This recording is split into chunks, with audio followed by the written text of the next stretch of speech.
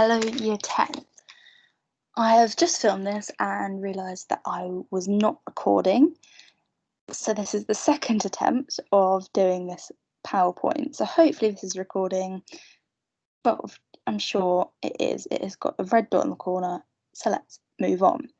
So as your daily retrieval task today, I want you to look at the word workhouse, something you're familiar with, and discuss what were the workhouses, how did Dickens view them? Then move on to an elegy. In what way is To Autumn an elegy?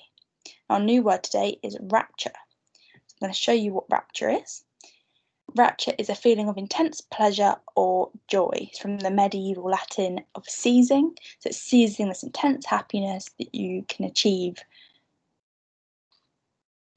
So then I want you to apply this kind of intense happiness to why might the Romantic poets view being a natural surrounding as a time of rapture? So I want you now to pause the video and answer the questions. Okay, so hopefully you found an answer for all of the questions. I'm going to go through them with you. So what were the workhouses and how did Dickens view them? Dickens viewed the workhouses as a negative place. They were as an attempt of this kind of very early welfare state where the kind of the poor people of society went to get fed and have a place to sleep. However, it wasn't this kind of nice place of safety. They had to do this kind of really laborious work to receive very little food in kind of this horrible kind of porridgey type of sludge that hardly kept them alive. It didn't give them any vitamins and it kept them in a really bad state and was getting their free labour from them. And I think Dickens viewed them, and you can really see this in kind of particularly, to me, stands out. I don't know if you've read it, but some of you may have. Oliver Twist, that kind of very typical view of the workhouses where they're just a horrible place. And Dickens is trying to show to us that workhouses were not a place and they shouldn't really be considered welfare because they just kind of make use of the people and use them rather than actually looking after them and making their lives better. So Dickens views them in a very negative way. Elegy. A few of you in the quiz got a bit mixed up with what an elegy was. Was it a mourning thing or was it something that's kind of happy? Perhaps there's a bit of confusion in my last lesson. In what ways is To Autumn an elegy? It is because it mourns winter. It mourns the death of autumn and is preparing itself for the death that is winter. And that simply is it. An ode is looking at in a kind of something in a direct address about praising something. There's kind of other versions of that, but an elegy is always about mourning and lamenting the dead. And in To Autumn, the dead is autumn, and it's moving into death, the situation of death of the life cycle, which is winter. So rapture then, it's this intense joy and happiness, and the Romantic poets would view the natural surroundings as a time of rapture because they're kind of, the Romantic ideology takes the belief that nature is almost like a parent to us. It's something which guides our practice and it teaches us these life lessons, and it's not something that you enter, it's something that's always with you. And particularly at this point, there's kind of all this kind of industrialization happening, and Wordsworth and the other Romantic poets would have seen this real difficulty between the man-made versus the natural state. And obviously Romantic poets really kind of have a lot of trust within nature, and it's this kind of state of beauty and euphoria that evokes all of these emotions of love and art. And that's not something that should be taken for granted because it produces this lovely feeling of rapture. So hopefully you've got those notes. If you didn't, make sure you put them in, perhaps with a different coloured pen, to show your kind of growth in knowledge there. So quickly today then, so to explain how Wordsworth uses language to present nature and childhood in the excerpt from the Prelude. So I want you to know the context of the Prelude, how Wordsworth uses language to present the theme of nature, and how he uses language to present the theme of childhood. So there's going to be two key themes we're going to be looking at today, as well as just a general understanding of what the poem is saying. So pause the video and make sure you've got your knowledge goal into your books. And do not worry about the steps to success. That's just a guide of where we're going to be going today. So the context then. not as long as the one on Keats, a bit more succinct, which hopefully is kind of showing you the more relevant points. So, the Prelude is an autobiographical account of Wordsworth's early years and childhood amongst nature in the Lake District. And something that I found is, which I think is quite significant, is that an alternate title would have been The Growth of a Poet's Mind. So when you're looking at this kind of epic poem, which is what it is, it's a very large poem, and we're only looking at a small section about the theme of ice skating. So when we're looking at that and with this in mind, if it's considering the growth of a poet's mind, this long epic poem that's autobiographical is looking at key moments in Wordsworth's life that has led to be who he is today. So it's furthering that then, it's sort of justification and explanation of the unique relationship with nature. A lot of these kind of key stories that he tells us in the epic poem are moments of his life where he's kind of at this affinity with nature. And because of this, he really can present to us this kind of true account of nature linking to that romantic ideology. So he believed that nature could act as a parent or teacher in influencing our feelings and behaviour. Wordsworth believed that nature is kind of the key to life and it guides us into how we should feel and how we should behave. And above all, nature is what is important in society. And then just a little extra there. So he's a keen ice skater, and that really links his happiness and the content of the poem. The poem is about ice skating with his friends, showing us this kind of man-made impact on nature with kind of these ice skates on the natural frozen waters and the lakes. It really does show us how Wordsworth in particular, found this kind of happiness and affinity with nature, and how his kind of times of rapture were in also times of nature. So key to remember then is that it's autobiographical, and we're only looking at that small section of a very long poem called an epic poem. So what we're going to do now is analyse and closely analyse the Prelude. So I want you to make sure you have access to a copy of it. If you haven't got it and you don't know where to find it, you will find it attached to the assignment on Teams. So where you found this on Teams, where you found this presentation, you can also find an attached poem that you can annotate for me.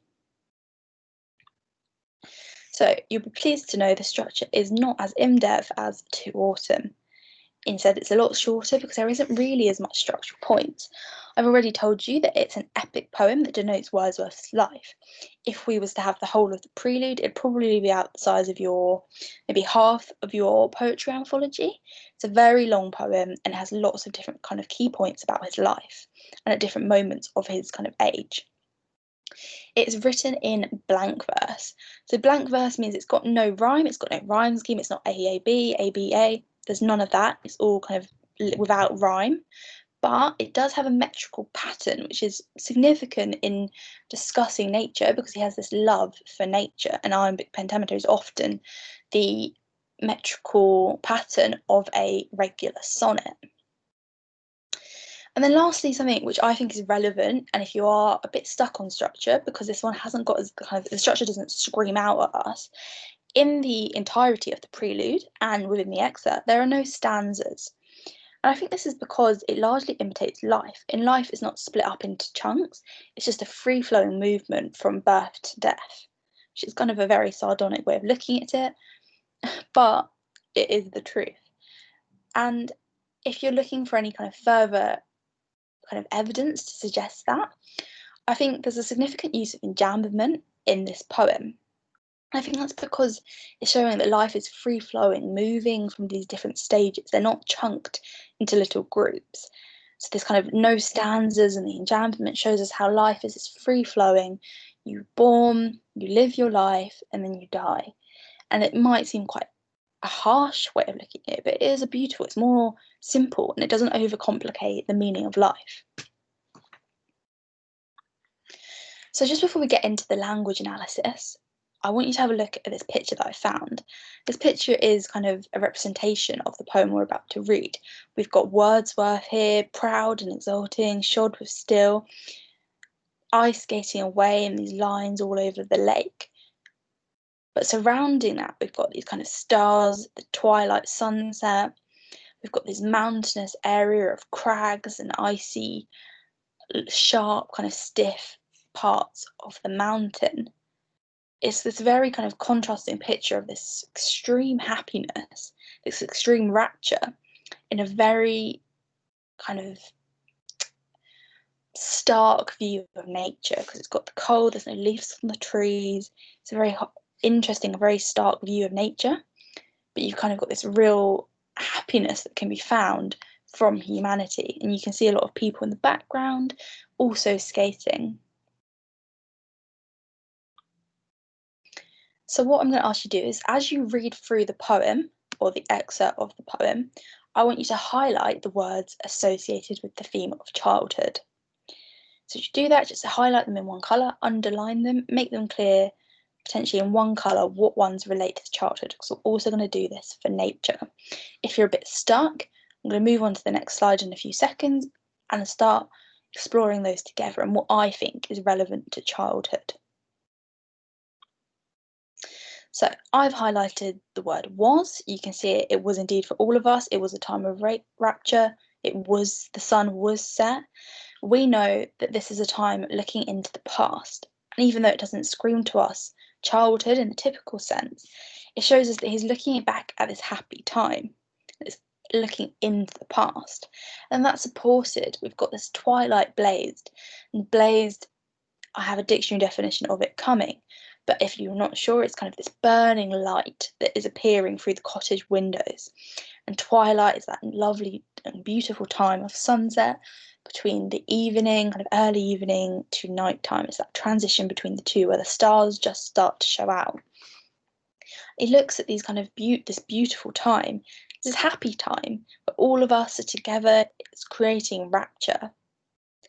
And it shows us that Wordsworth views childhood as his happiest time, and even though we don't know from the context that I've given you whether his life was unhappy, which, as a secret, it was a bit unhappy, as they all are. However, because we don't know that straight away, we can see the happiest moments of Wordsworth's life was the time of childhood, the time that he could be free and explore life without these kind of constraints of adulthood. And I would also point you to the direction of the untied horse, kind of personifying the horse that he becomes. He's not tired, he can stay out all night, he's a child, he's got this kind of energy of youth that is associated with childhood. He's living life and he doesn't want it to end.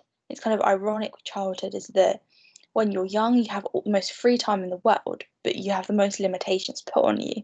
But as soon as you become an adult, you can do anything you want to, but you have time from perhaps being a parent, having a full-time job, and it's this contrast between the two. And I think perhaps this is what the Prelude is looking at, of kind of the constraints of adulthood. But during this time, he didn't have the restraints because he wheeled about. Even though the clock told 6, he continued to stay outside and he tried to resist the limitations that were put on him as a result of being a child. So what I want you now to do is write a summary of how the theme of childhood is presented in the Prelude. Largely, I think a lot of you will be able to write this yourself, so try and resist using the sentence starters and really try and challenge yourself to what the theme of childhood could be. However, if a few of you are stuck for ideas, and we are going to do this again for nature, so perhaps if you're not kind of in the middle, use the sentence starters for this round, but then the next time when we look at nature, try and resist using the sentence starters. But feel free to use them if you're kind of a bit stuck, let's give some idea about the themes. So I want you to pause and write a summary of that into your notes. There will be a question at the end quiz that I'm going to ask you to do, so it's worth having them to hand for when you fill out the quiz answers.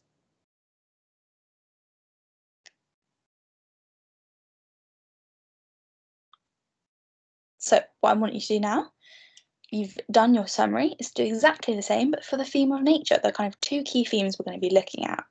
Look at what words shout to you nature and why that would be. So I'm going to now move on to the answers. So if a few of you are still a bit stuck on what words are nature, you can kind of move ahead with me, but I would like you all to pause the video if you do feel capable of doing this. So in green, matching kind of that colour theme of nature, I've got all of the words that link to nature. You will also notice if I highlighted something in pink. So as I speak through the green, try and think of what the pink could be before I say it. What could the pink represent? So the green highlighter then. So we've got the frosty season. We know it's cold. We know the environment's dark. The twilight blazed, even though it's a link to the childhood, also showing this kind of this burning light that can be found, this kind of homely idea. And perhaps now I think about it, it could actually be linked with what I believe is in pink. So that could give you a bit of a clue about what that could mean. I've got woodland pleasures, far distant hills, stars, and the orange sky of evening. It's all kind of key points about nature. It's looking at nature, and even though it's in the winter, which is particularly a time, especially if we're looking at it through the view of Keats into autumn, winter is a time of death and decay. But for Wordsworth, he's got some really fond memories of nature during this time. That's because nature, for the Romantics, is a time that always is giving, and winter isn't the way that everyone views it now as this kind of horrible time. Nature is always giving regardless of the season. So that pink then, hopefully some of you might have had a little look about what that could have been. So the pink is where this kind of theme of nature crosses with the theme of humanity. So the polished ice, you've got this lovely lake that's frozen over, but it's now become subject to feet that are shod with steel. And shod with steel is just kind of foot that's protected by metal, which you'll see later in the dictionary that I'm going to provide on the side of the page. So the polished ice is now being thrown about with this steel. You've got that really kind of complex comparison between the two. It really juxtaposes the differences between kind of humanity and man-made versus the beauty of nature. That's a very kind of the closeness of these two lines, I think, are particularly significant. I don't think Wordsworth would have placed them so close together if we wasn't to have that view. And this view, once again, is repeated when we're looking at kind of the leafless trees in every icy crag. And an icy crag is kind of a mountainous, it's like almost like a sculpture, kind of a hollowed out area. If you ever do geography, you might have recognised the word. It's a hollowed out through ice, where ice is kind of starts to erode a small kind of pocket in the mountain. Sometimes you can get a little kind of lake in the crag because it's this hollowed out mountain. So tinkled like iron, you've once again got these ideas of iron contrasted with these leafless trees. It's once again showing us these differences between nature versus humanity. So what I'm going to ask you to do then, like you've done with childhood, is write a summary of how the theme of humanity versus nature is presented in the prelude. That actually should say, write a summary of how the theme of nature is presented in the prelude. So if you are a bit unstuck on this kind of humanity versus nature, just write it about nature. And as you can see, the sentence starter is Wordsworth's discussion of nature in the prelude is demonstrated, so you don't have to discuss it in terms of humanity. However, if you are looking to challenge yourself, and that's where this new question comes in, start to kind of look at the contrast between humanity and nature and why that would be and what that suggests to us about the Romantic ideology. So if that isn't clear, before you pause the video, I want the first main task for the majority of you just to look at how the theme of nature is presented. And if you are looking to challenge yourself, if you want those 7, 8s and 9s, compare the theme of nature to how that is contrasted with the theme of humanity. So pause the video and get that summary into your notes. Okay, so the last part I'm going to do then is just do a talk through of the entirety of the poem. So rather than just looking at the themes, this is what I would normally do in class, talking through the poem almost line by line and the key moments, and then you write that into your notes or annotate it on the online document. So as you can see, so blue in this instance is kind of subject terminology, purple is the theme of childhood, and pink is kind of these natured themes. So we start off the poem with "and in the frosty season." So starting the poem with "and," even though it's not the start, it's the start of this section, so you can almost assume it's the start of this poem. So using this coordinating conjunction, it shows us that it is part of a larger work. It's not just, you wouldn't start a poem with and. So it shows us that if you wasn't, say if it came up in a unseen poetry exam and it started with and, you could almost assume it is part of a larger work. So it's a nice structural cue that you have about the size and depth of the prelude. So we've got kind of that theme of nature, frosty season, when the sun was set. So was set, we've got a bit of sibilance there, and it's showing this kind of shortness, this happiness, that it's this time where it's quickly set, and it's this kind of quick time of happiness and this quick reflection. So we've got many a mile, showing the distance of this remote cottage. And the cottage, many a mile, the cottage windows through the twilight blaze. You can see this lovely burning light through the windows as the sun goes down and twilight occurs. And it's a really kind of rose-tinted view, as I already said. Is looking at his childhood in the setting of this really extremely happy memories. That's once again repeated when it says, I heeded not the summons. Happy time. It was a happy time for him. We know that. Wordsworth tells us that. It gives us really kind of, the sun's going down in a cottage. It gives a cozy feel. It's a very comforting kind of view. And is that the view that he has of childhood? Is that a really kind of representative view, a reflective view? Is it an honest account? Or is he just looking at it as a time in his life that was a bit easier, less kind of demanding than the constraints of adulthood? So it was indeed, for all of us, to me, you've got those kind of two personal pronouns there of us and me. It's showing how it was a time of being with friends. And I think that's something that kind of your age group particularly can kind of reflect on, that you're kind of moving in through your life, you kind of getting to the end of childhood now. And you can start relating it to this time of you're being in school, you're with all of your friends all of the time. But eventually that does stop. And if you get to A levels, you still see them. But when you kind of move further into life, perhaps you won't do A levels, perhaps you'll do an apprenticeship. You wouldn't always be with the friends every single day. And it's a time that a lot of people reflect on as a really happy time. And I think for Wordsworth here, he's being with his friends, being at the lakes, ice skating was a really happy time for him. And it says to me, independently, that was his happy time. And it was a time of rapture. So once again, relating that word at the start to this kind of extreme happiness he would have felt being with his friends just throughout the winter. And it's quite a pure idea of childhood, and it's a pure idea of having these, like, just being free and not having the constraints put on you.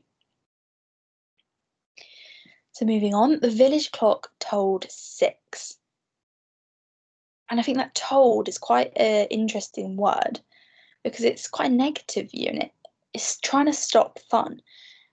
As a child, you might have kind of curfews and things like that. And this clock is kind of representing this, trying to put a stop to happiness.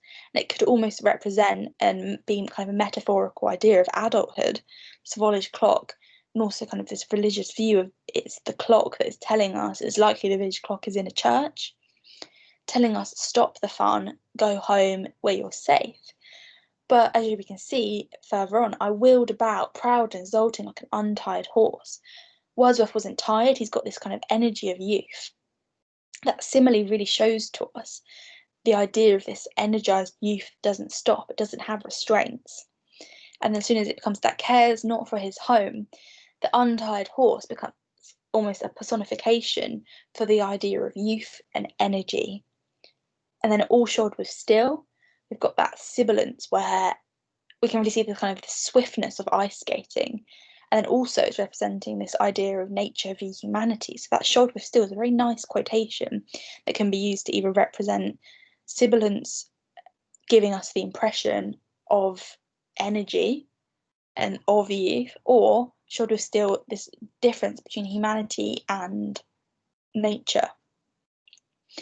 So we've got hissed, which is a dynamic verb. It's kind of got this cacophony, which is a really harsh sound. And it sounds it's like hissed. You've got these horrible letters and kind of consonants that create this horrible cacophony of words.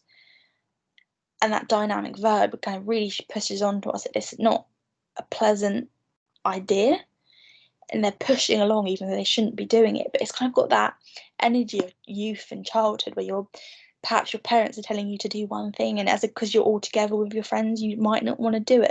And that's the idea he's trying to say with that. In games, confederate, imitative of the chase. And that idea of kind of the confederate there, it's you're with an accomplice when you're not doing something you should be, which is often that time of childhood, because you're not allowed to do anything as long as it's within the law as an adult. When you're with that kind of confederate, you have an accomplice with you. Your group of friends are resisting what you've been told to do, and it's kind of that rush and joy of doing something you know you're not meant to do. And woodland pleasures, the resounding horn. I think the resounding horn stands out to me, much like when you had visible for many a mile, shows the isolation of where Wordsworth is. Wordsworth isn't in kind of a bustling city. He's in a village that's spaced out, far apart. Horses perhaps are used to get between places because they're not in a walkable distance. It shows that this environment is William Wordsworth's world. It's not the world of everyone, but this world to him, and that's perhaps why he has this relationship with nature, is his world is nature. So the pack, loud bellowing, and the hunted hare. So kind of that collective noun of the pack, giving us ideas of kind of dogs and wolf packs that the children become when they start playing these games in the woods. It's quite a kind of nasty view of childhood games where perhaps not everyone is equally involved, some people are getting picked on. And so through the darkness and the cold we flew. I've also noticed we've got a bit of alliteration there with the hunted hare, showing that childhood games, kind of that difficulty sometimes with youth, that you don't always know everything, but sometimes you think you might. And I think that's quite a pleasant thing to kind of never realise that you could be wrong. It's that kind of innocence of youth and the ignorance sometimes that comes with it when you are particularly young, for example, kind of under 10, you don't fully understand the world yet. So through the darkness and cold we flew, and not a voice was idle with the din. Meanwhile, the precipices rang aloud. So the precipices are kind of a steep rock face, as I've said in the dictionary. So we've once again got this view of the mountains being surrounded by all these young children, which is a very interesting kind of combative view about nature and humanity. The leafless trees and every icy crag tinkled like iron, which is something I've discussed about being that differences between humanity and nature again, while far distant hills into the tumult sent an alien sound, kind of noises in nature. They shouldn't be there, kind of these, so a tumult sound is kind of a confusing noise. It's alien because it shouldn't be there. Perhaps it's the calling of a mother, or perhaps it's a loud banging noise coming from some machinery, from the iron of the ice skates, perhaps, or the metal that's created, perhaps sharpening these kind of steel blades of the ice skates onto the kind of sharpening rod of iron. And that's very kind of, it doesn't fit in with the view of nature that the Romantics have. So of melancholy not unnoticed, while the stars eastward were sparkling clear and in the west. So we've got this kind of, once again, movement of life within the poem. It's very linear, it's not very cyclical like To Autumn is, but it's showing this kind of birth to death. We're going from eastward with sparkling clear, and in the west where the orange sky of evening died away. It's showing the movement of the sun from east to west, but it is also showing us a linear view of life from birth to death. And I think that where the orange sky of evening died away, it kind of shows the beauty of looking back. However, you can't look back forever, and it does always end. It's kind of got this pleasant but a bit of a sour taste at the end of this kind of section of the prelude, of it is nice to look back and it's nice to be nostalgic about the past. But sometimes if you always live in the past, the reality isn't, the reality is so tarnished by looking back. And that's something to have a look at. I've also one other point I'd like to say is tinkled like iron, something I skimmed over on my notes. So that's an onomatopoeic simile. So it's kind of got that noise of kind of tinkled, but then you've also got the simile of tinkled like iron. And it's showing us the onomatopoeia of this kind of noise of the iron. Think about a blade running across this iron blade. Something that's worth noting when you're looking at the subject terminology and the sounds that's created of this man-made action in the kind of natural version of nature that Wordsworth knows in his isolated village. So I believe that covers everything that kind of is relevant in looking at the prelude, and that hopefully is a bit of more of a kind of concise view of it, whereas To Autumn was a bit of a longer one. We had these kind of key points we had to get through. So what I now want you to do as your final feedback, you will find a quiz on the Microsoft Team page attached to this assignment. Some of the answers have correct answers and some have not correct answers. So don't worry too much about the overall mark, but it will tell you if you got it correct or if there is a correct answer. So it's not kind of a really strict quiz, but it's just to get your kind of general feeling about the poem. Something I noticed when reviewing the marks of the quiz from last time is that because some of them haven't got a mark, for example, I think the top mark you could have got in the last quiz was 5, even though the quiz technically was out of 10. So if you perhaps get 3 or 4, it might seem like you've done quite badly, but actually it was only out of 5. So don't worry too much about the end mark. Just have a look for where there would be a tick and where there would be a cross, because I'm going to get you to summarise what you've written about childhood and nature, and those points will not have a mark. So don't worry too much about the mark, just use it as a test of your knowledge. Thank you, Year 10. I'll speak to you next week.